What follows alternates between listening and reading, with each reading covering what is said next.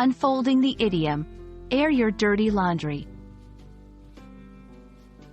Hello, everyone. Welcome back to our English language learning series.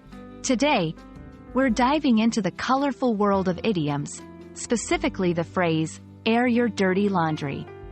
Have you ever wondered what it means when someone mentions not wanting to air their dirty laundry in public? Well, you're in luck because we're about to unfold the layers of this intriguing expression. Let's start with the basics. The term, dirty laundry, refers to matters that are private or potentially embarrassing.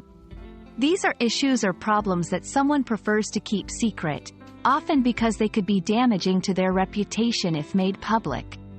The idiom draws a parallel to the literal idea of dirty clothes which one would typically wash at home, away from the eyes of others.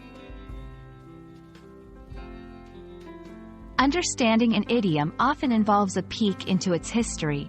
The phrase, airing one's dirty laundry, is believed to originate from the idea that one should not wash their dirty linen in public, an adage that goes back centuries.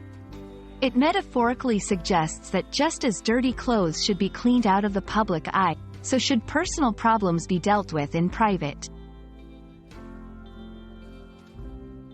How do you use this phrase in everyday conversation?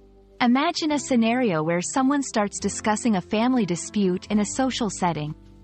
A friend might advise them by saying, "Let's not air our dirty laundry here," suggesting that it's not appropriate to discuss private matters in public. Idioms like, air your dirty laundry, enrich language and communication. They add color and expressiveness to our speech. For English learners, understanding these phrases is crucial because they are commonly used by native speakers in various contexts, from literature to daily conversation. And there you have it. A closer look at what it means to air your dirty laundry. We hope this video has given you some clarity on this idiom and why it's best to keep certain matters as private as your laundry basket. Until next time, keep practicing, and don't be afraid to make mistakes. They're just part of learning. See you in the next video.